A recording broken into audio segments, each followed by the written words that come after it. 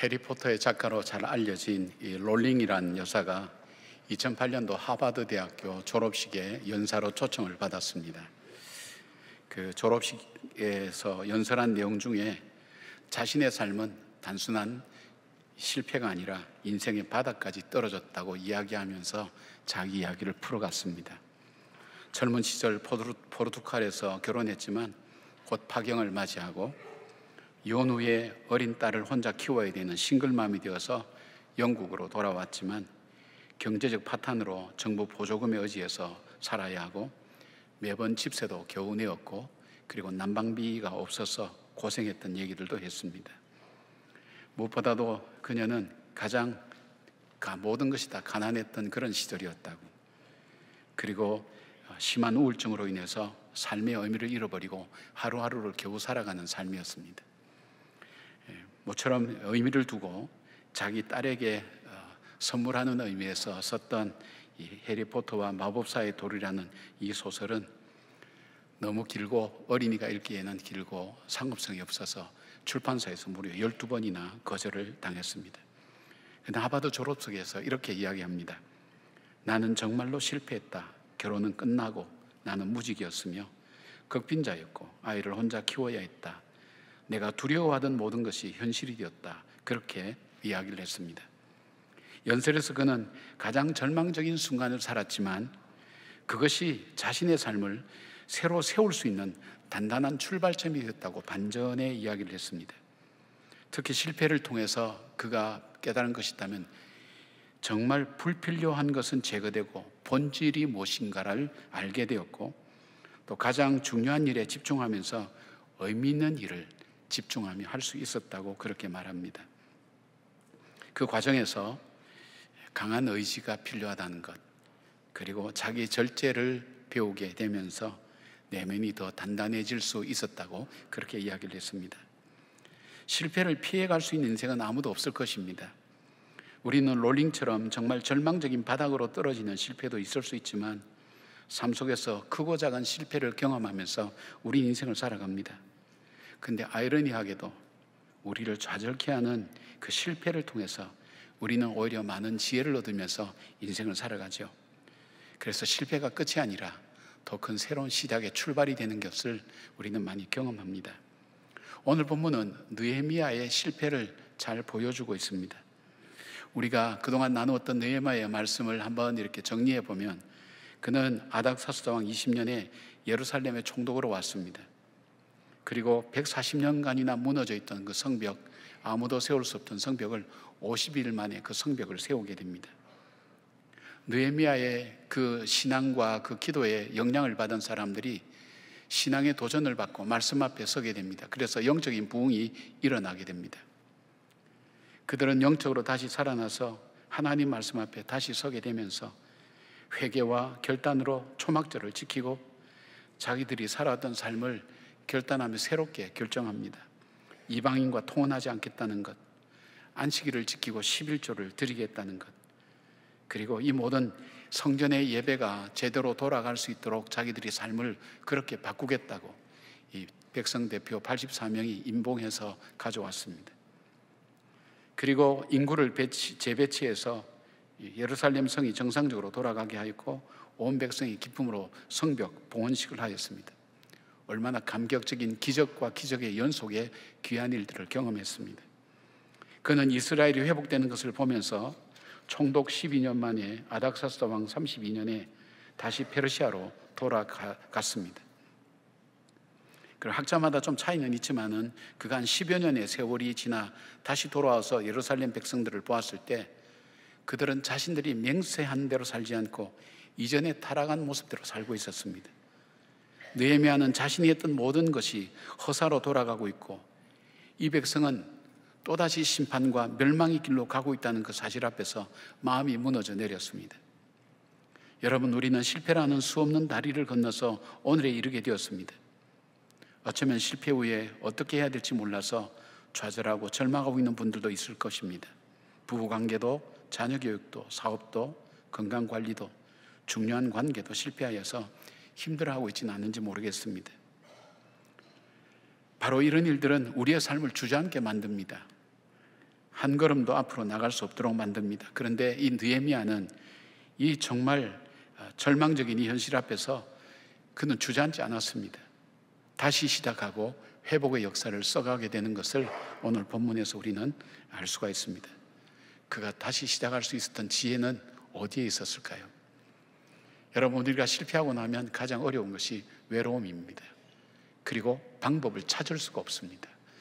왜냐하면 이전 방법 다 해봤기 때문에 이제는 실망하고 주저앉을 수밖에 없습니다. 거기서 머물지 않고 느헤미야처럼 다시 일어서서 회복의 역사를 써갈 수 있다면 우리의 삶은 얼마나 어려움 가운데서도 행복할까 하는 생각을 해봅니다. 바로 느헤미야의 지혜가 저와 여러분의 지혜가 되어서 어떤 실패든 다시 일어서서 회복의 역사를 써가는 그 기쁨과 감격을 회복하는 저와 여러분 되었으면 좋겠습니다. 느헤미야가 사용했던 영적 지혜의 첫 번째는 뭐냐면 하나님의 말씀 앞에 백성들을 서게 했습니다. 1절 보니까 그날 모세의 책을 낭독하여 백성에게 들렸는데 그 책에 기록하기를 암몬 사람과 모압 사람은 영원히 하나님의 총회에 들어오지 못하리니, 그렇게 되어 있습니다. 아마 이들은 신명기 23장 3절에서 6절 말씀을 읽었습니다. 이 말씀에서 모압과 암몬 자손은 사람은 여호와의 총회에 들어오지 못하고 그들의 평안함과 형통함을 평생 구하지 말라고 했습니다. 그 이유는 야곱에서 나와서 이스라엘 백성이 광야 생활을 할 때 떡과 물로 그들을 영접하지 않았습니다. 그리고 심지어 모압의 술사 발람을 통해서 이스라엘 백성을 저주하게 하였지만 하나님께서 저주가 변하여서 복이 되게 하셨다는 그런 내용입니다. 사실 모압과 암몬은 친척이죠. 이 아브라함의 조카 롯이 자기의 딸들과 관계에서 낳은 아들의 후손들입니다. 그러나 이들은 대대로 이스라엘을 괴롭혔고 혼합주의로 이스라엘 백성의 정체성을 흐리게 만들었던, 흔들어 버렸던 그런 족속이었습니다. 따라서 하나님 말씀은 이스라엘 공동체 안에 섞여 있는 모압과 암몬 자손을 분리해내라는 명령이었습니다.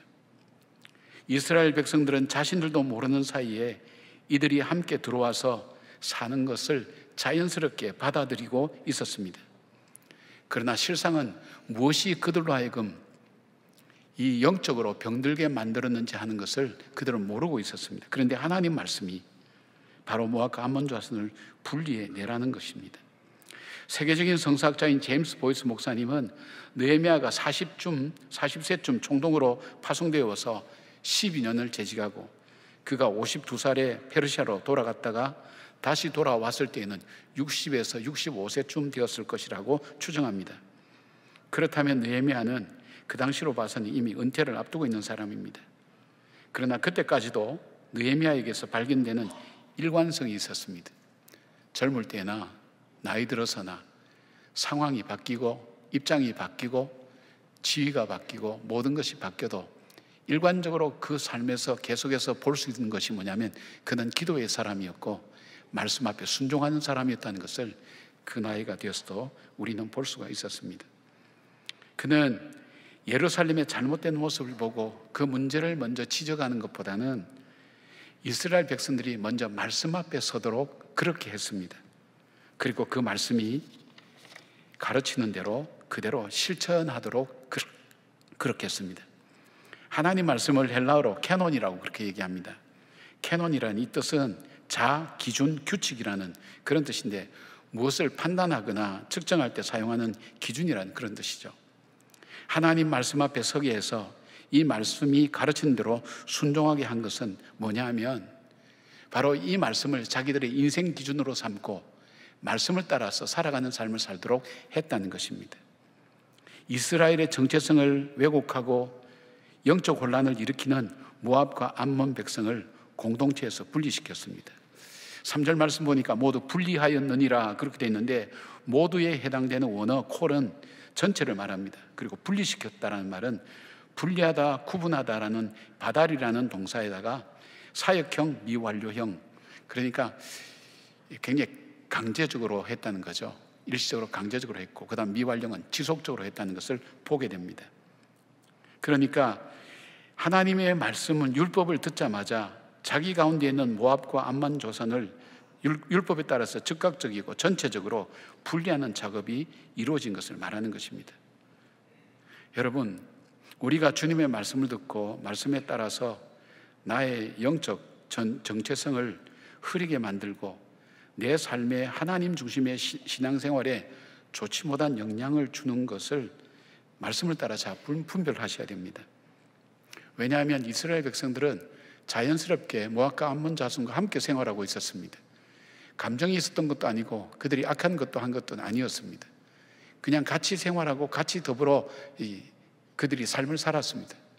그러나 알게 모르게 그들 속에 그들의 정체성과 그들의 영적인 것을 해치는 그 요소들을 모압과 암몬 자손이 이 이스라엘 백성들에게 영향을 주고 있다는 것을 그들은 몰랐습니다. 제가 이제 나이가 들고 하니까 약 먹는 게 많아졌습니다. 근데 약을 먹는데 전혀 다른 또 증상이 안 나타나서 병원에 갔더니 의사 선생님이 그러는 거예요. 먹는 약들을 다 한번 얘기해 보라고. 그래 먹는 약을 다 이렇게 알려드렸더니 그 약의 성분 하나하나를 이렇게 조사를 하더라고요. 하더니 이 약의 요소가 바로 목사님에게 해를 끼치고 있다고. 이 약을 중단하라고 그렇게 하더라고요. 의사 선생님이 보더니 그렇게 하는 거예요. 마찬가지예요. 내가 이 병으로부터 좀 자유롭고 편안해지고 그리고 나에게 유익을 준다고 생각했던 그게 알고 봤더니 내 삶을 힘들게 만들고 나로 하여금 아프게 만드는 요인이 되었다는 것을 의사 앞에서야 발견할 수 있었습니다. 마찬가지입니다, 여러분. 주로 내 삶을 이게 힘들게 만든다는 것, 그것의 대표적인 증상이 뭐냐면, 현상이 뭐냐면 가장 두드러지게 나타나는 것이 예배의 감격입니다.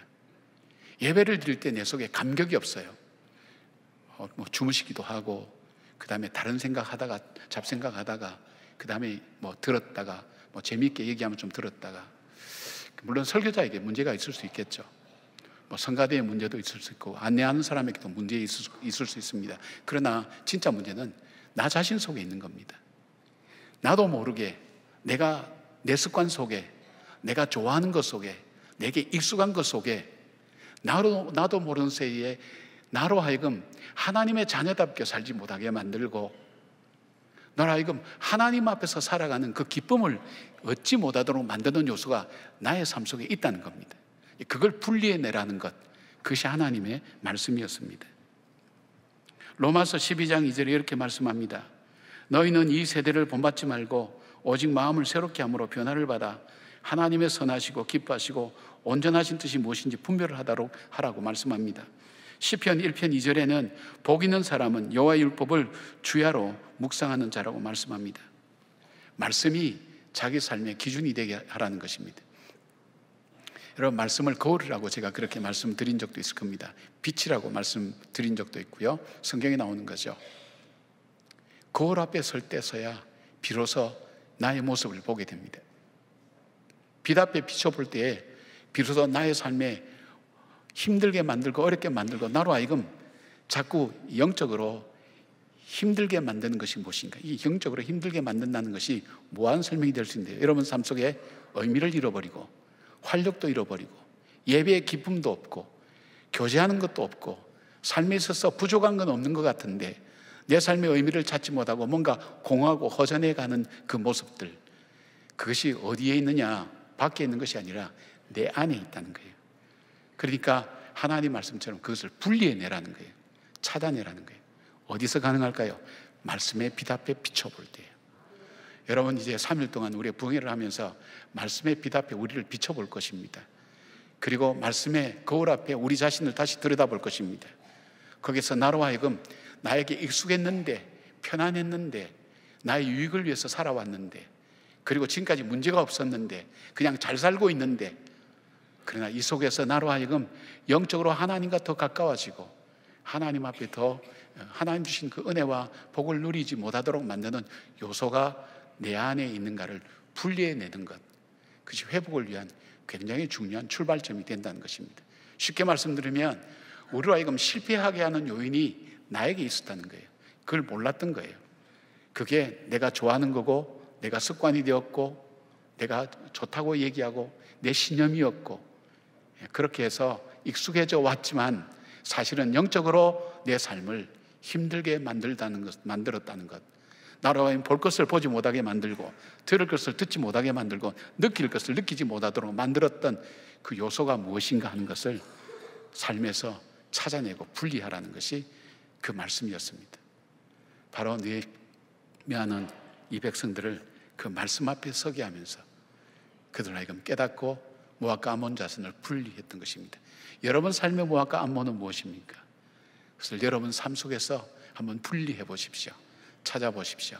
말씀에 비답해서, 말씀의 거울 앞에서 내 삶을 정말 무기력하게 만들고 힘들게 만드는, 그리고 어쩌면 그 속에서 빠져서 다른 것을 보지 못하게 만드는, 눈을 가리고 마음을 가리고 귀를 가리고 그리고 생각을 가리는 그것이 무엇인가 하는 것을 여러분이 진지하게 한번 찾아보십시오. 그래서 예배의 기쁨을 회복하는 그런 여러분들 되기를 바랍니다.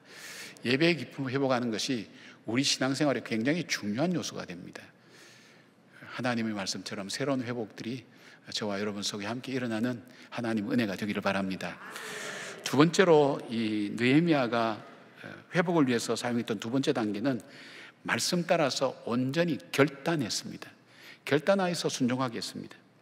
4절 5절에 이 말씀이 있습니다. 이전에 우리 하나님의 전에 방을 맡은 제사장 엘리야십이 도비야와 연락이 있었으므로 도비야를 위하여 한 큰 방을 만들었으니 그 방은 원래 소재물과 유향과 그릇과 또 레위 사람들과 노래하는 자들과 문지기들에게 11조로 주는 곡물과 새 포도주와 기름과 또 제사장들에게 주는 거제물을 두는 곳이라. 13절까지 이어지는 이 사건은 이스라엘의 공동체를 가장 핵심적으로 무너뜨리게 만드는 성전의 문제를 다루고 있습니다.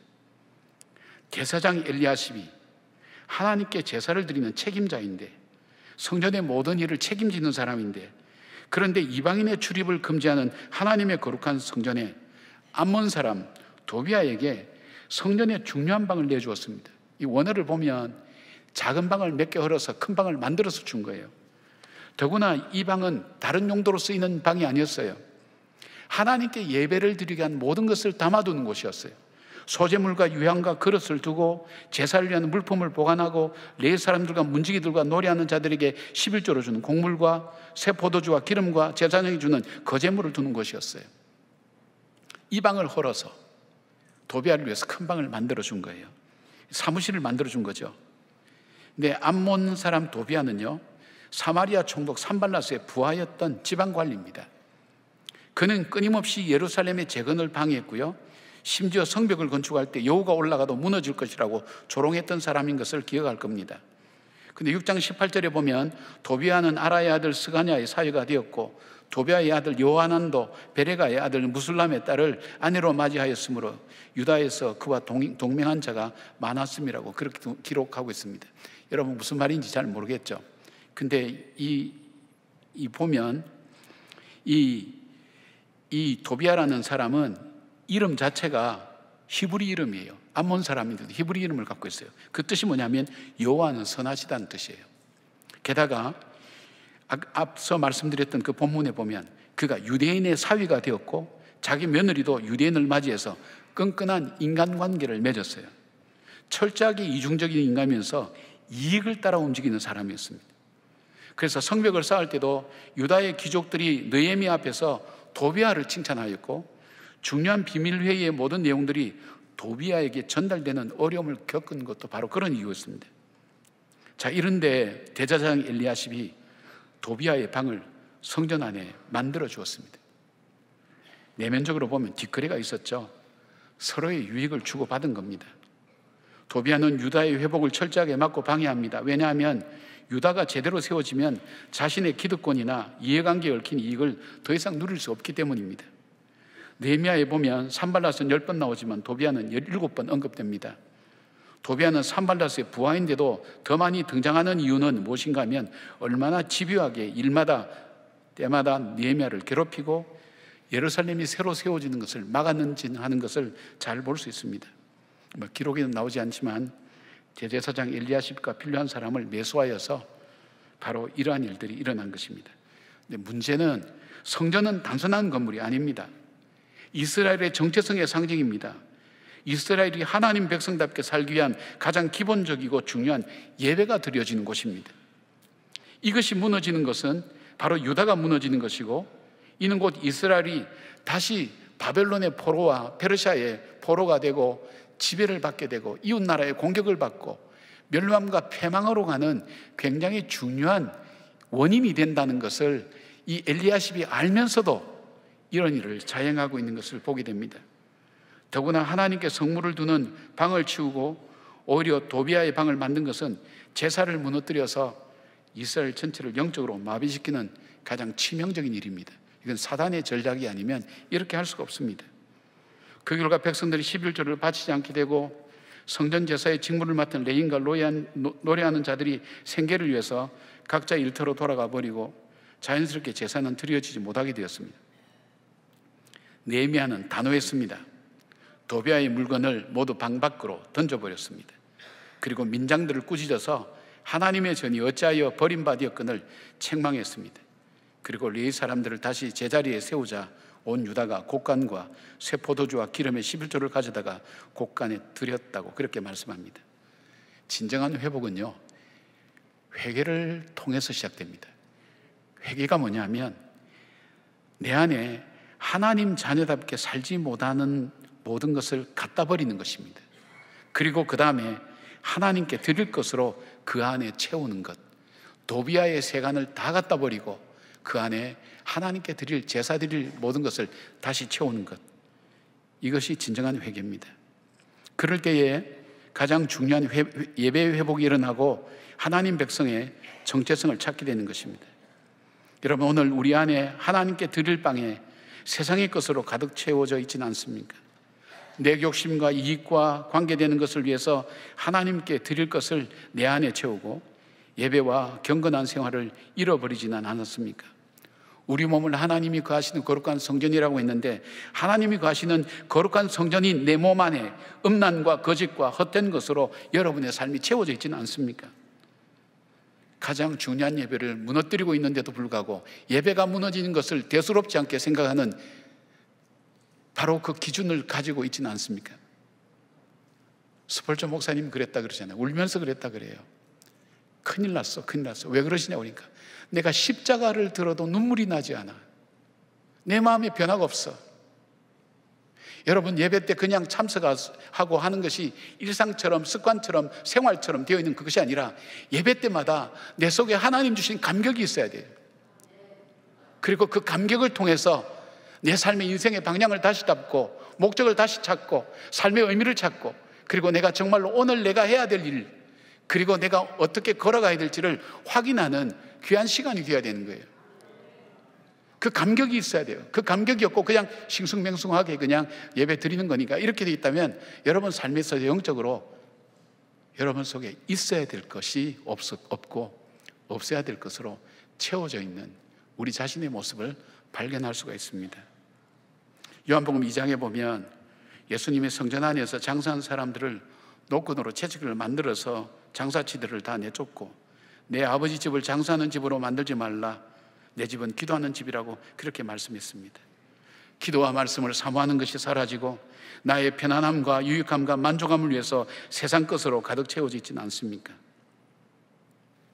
제가 오래전 이야기인데요, 상담을 좀 할 수 있어요. 그 부부관계가 별로 안 좋은 집사님 가정이었어요.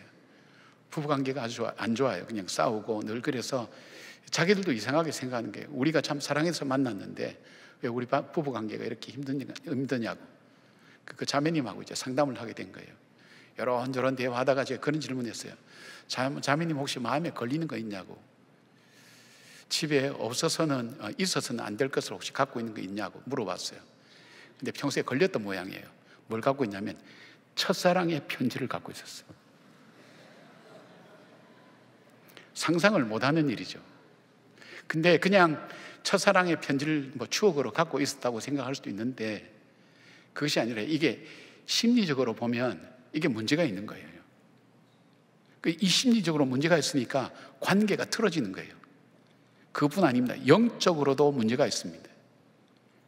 하나님께서 말씀하신 가정의 온전한 회복이 이루어질 수가 없는 거예요. 왜냐하면 이거를 바라보는 거예요. 남편하고 속상할 때 이거 보면서 위로받는 거예요. 그 남자 지금도 그렇게 사랑할까요? 그러진 않을 거예요, 여러분. 뭘 말할까요? 내 속에, 내 삶 속에 하나님의 백성으로 가지지 말아야 될 것을 내가 간직하고 있고, 정말 갖고 있어야 될 것을 간직하고 있지 않으면 내 속에 예배의 기쁨이 없어요. 예배의 감격이 없어요. 말씀을 들어도 아무런 감동이 없어요. 더 훌륭한 강의는 세상에 유튜브 보면 많이 나와요. 하나님 말씀은 생명력이 있다 그랬죠. 그리고 말씀 속에 뭐가 있다 그랬죠. 교훈과 책망과 바르게 함과 어로 교육하기에 유익하다고 해서 우리가 선한 일을 하기에 합당한 능력을 준다고 이 말씀에서 말씀하셨어요. 말씀은 생명력이 있다 그랬어요. 그런데 그 말씀을 듣는데도 불구하고 내 속에 생명력이 없는 이유가 뭘까요? 내 삶 속에 희망이 없어요. 의미가 없어요. 지금 부족한 것도 없어요. 괜찮아요. 그렇게 사는데도 내 삶이 방황하는 이유가 뭘까요? 여러분 안에 있는 도비아의 세간을 버리십시오. 그리고 하나님의 것으로 여러분 삶을 다시 채워보십시오.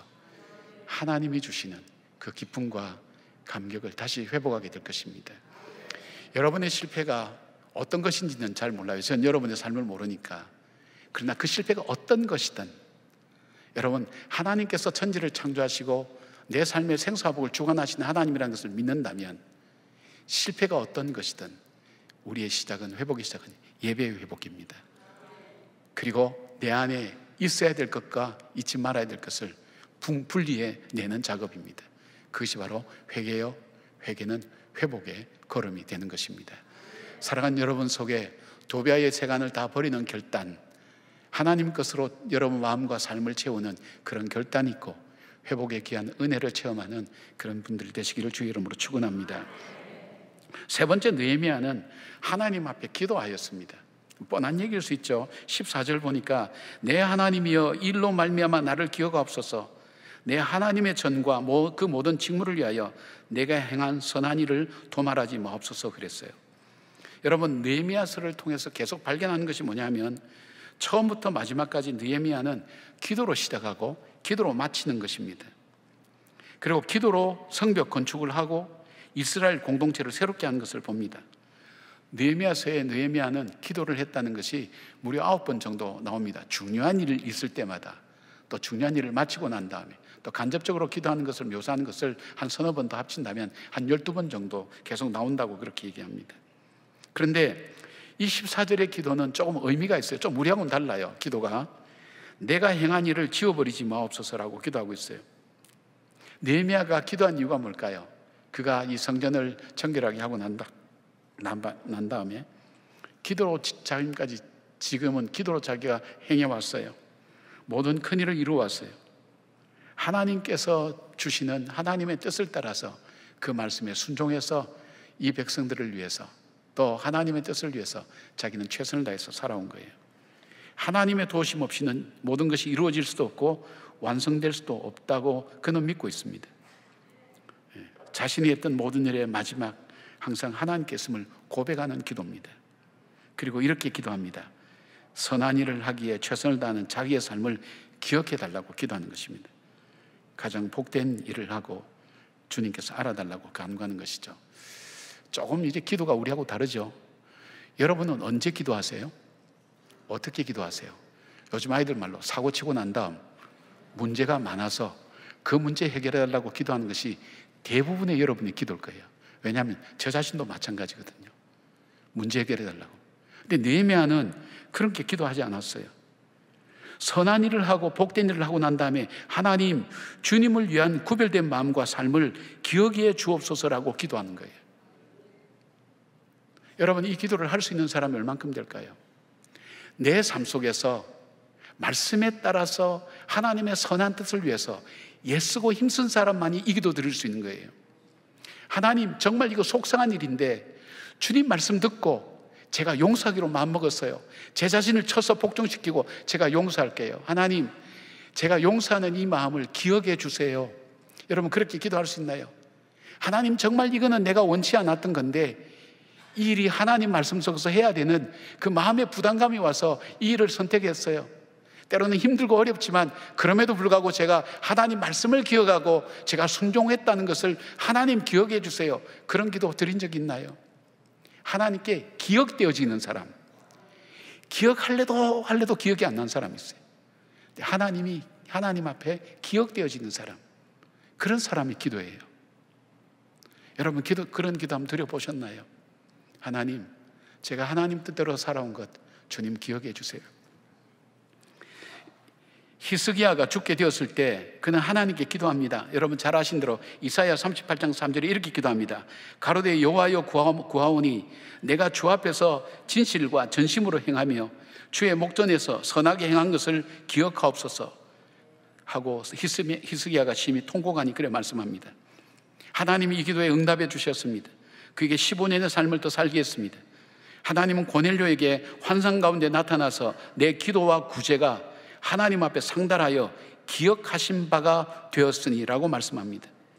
그러자 이 가정에 성령의 충만함으로 구원을 받는 역사가 일어납니다. 예수님이 십자가에 못 박히기 전에 옥합을 깨뜨려서 예수님의 머리에 붓고 또 발에 붓고 자기의 머리털로 씻었던 이 여인에 대해서 예수님이 그렇게 말씀합니다. 이 여인이 복음이 전해지는 곳에 이 여인의 행한 일도 기억되게 하리라고 합니다. 하나님께서 기억하시는 일, 여러분 우리 삶에 이런 것들이 얼마나 많나요? 내 마음대로 해놓고 문제가 생기면 도와달라고, 해결해달라고, 그래서 간절히 기도하죠. 그런 간절한 그 기도보다도 내 삶을 말씀대로 순종하고, 하나님 내 삶이 정말 하나님 앞에서 복되게 선택한 이 일을 계속할 수 있도록 도와주십시오. 하나님이 행하신 일들이 계속해서 이루어질 수 있도록 하나님 내 삶을 지켜주시고 함께해 주십시오 하는 이런 기도의 패러다임을 한번 바꿔보십시오. 무조건 문제 생기면 기도하지 마시고, 하나님은요 문제가 급한 분이 아니에요. 우리는 문제가 급해요. 이 문제 해결돼야 된다고 매달려요. 하나님 문제가 급한 분 아니에요. 하나님은 나와 하나님과의 관계가 급한 거예요. 그러니까 우리에게 그 관계가 멀어지면 어떻게 해요? 하나님이 사인을 보내요. 그게 실패일 수도 있고요, 고난일 수도 있고요, 실현일 수도 있고 상실일 수도 있어요. 하나님이 사인을 보내요. 어떻게 해요? 나와 가까이 하자, 나에게 더 가까이 오라고 말입니다. 그러니까 하나님이 기뻐하신 기도는 어떤 기도일까요? 하나님, 제가 정말 믿음으로 한번 이거 선택해 봤습니다. 하나님이 기억해 주세요. 좀 뻔뻔스럽게 들려질 수도 있죠, 그죠? 우리가 전부 다 하나님 은혜로 하는데 무슨 내가 한 것이 있냐고 이렇게 생각하지만, 느헤미야의 말은, 그 기도는 그런 뜻이 아니죠. 하나님 뜻에 순종한 이 순종이 내 삶 속에서 계속 이루어질 수 있도록 하시고, 하나님 기억하셔서 이것이 도말되지 않도록 저를 붙들어 주시고 이 공동체를 지켜달라는 그 기도 말입니다. 여러분도 그 기도를 드릴 수 있는 그런 분들이 되기를 바랍니다. 회복과 부흥을 갈망하십니까? 그러면 기도의 자리에 나가기를 바랍니다. 말씀을 붙드시고 결단하시면서 함께 인도하실 주님을 간구하시길 바랍니다. 세상과 거룩한 결별을 선언하시고 나를 온전히 들여보십시오. 실패는 아픔이지만 그러나 본질적인 것을 발견하게 해줍니다. 나에게 가치 있고 의미 있게 보였던 것이 아무런 것이 아니었다는 것을 깨달으면서 내가 가지고 있는 것 중에 가장 소중한 것은 하나님이었다는 것을 깨닫게 만들어줍니다. 실패를 통해서 나의 현주소를 합니다. 내가 얼마나 못난 존재인가. 나는 대단하다고 생각하지만 하나님 앞에서 내가 얼마나 못난 존재인가. 하나님께서는 그래요. 우리는 세상에 살면서 좀 가지고 높고 이러면 내가 대단한 존재로 알지만 하나님은 그렇게 보세요. 허물과 죄로 이미 죽었다고 그래요. 본질상 진노의 자녀라 그래요. 우리를 창조하신, 우리의 심령을 꿰뚫어 보시고 골수까지 꿰뚫어 보시는 하나님께서 우리 존재에 대해서 보여주시는 거예요. 넌 본질상 진노의 자녀다. 허물과 죄로 이미 죽었다. 그런 나 자신의 모습을 실패를 통해서 깨닫는 거예요. 그래서 하나님, 나는 아무것도 아닙니다. I am nothing. 하나님 아무것도 아닙니다. 하나님께 있습니다. 그 고백이 나오도록 만드는 거예요. 뭘 통해서요? 실패를 통해서, 아픔을 통해서. 나는 부족합니다. 그리고 바로 그것을 붙들고 기도하는 가운데 고난과 시련을 이겨나갈 단단한 마음이 우리 마음속에 생겨나는 것입니다. 그래서 두려움과 어려움이 와도 겁이 없어요. 훌륭한 선장은요, 평안할 때 잘 가는 선장이 아니라 태풍 치고 바람 칠 때 그 태풍과 바람을 이용해서 잘 빠져나갈 수 있는, 바로 그런 선장이 유능한 것처럼 우리의 삶에 인생의 태풍이 몰려오고 또 어려움이 다가올 때도 그것을 오히려 더 발판의 계기로 삼고 걸림돌을 디딤돌로 삼는 그런 지혜를 갖는 사람이 된다는 것입니다. 성 어거스틴은 여러분 잘 아시죠? 성 어거스틴은 방탕과 이단에 빠졌던 사람입니다. 일평생 기도하는 어머니 그러면 한나하고 성 모니카를 얘기하는데 바로 이 어거스틴의 어머니입니다. 어머니의 기도가 얼마나 간절히 있었는지 모르는데 그럼에도 불구하고 그는 인간이 저지를 수 있는 방탕은 다 저질렀습니다. 그런데 어거스틴이 그런데도 불구하고 내 삶이 왜 공허해지고 내가 왜 행복해지지 않을까는 그 삶 속에서 방황하고 있었습니다. 그러던 어느 날 하나님이 그에게 특별한 모습으로 찾아오셨습니다. 주님을 만나게 되었습니다. 그리고 만나고 난 그 감격과 회개를 통해서 그는 세 가지를 결단합니다. 첫째는 거룩한 말씀을 붙들고 살자. 두 번째는 세상과 구별된 삶을 살자. 셋째는 기도에 무릎을 꿇자. 이렇게 살고 난 다음 그의 삶은 어떻게 됐습니까?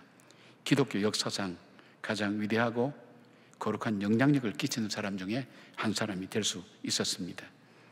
느헤미야가 무너진 성벽을 세우고 백성들의 좌절된 마음을 일으켜 세워서 다시 온전히 회복시키고 난 다음 그 성공 이후에 오는 실패, 너무나 뼈아픈 실패죠. 그것을 통해서 깨달은 것이 있어요.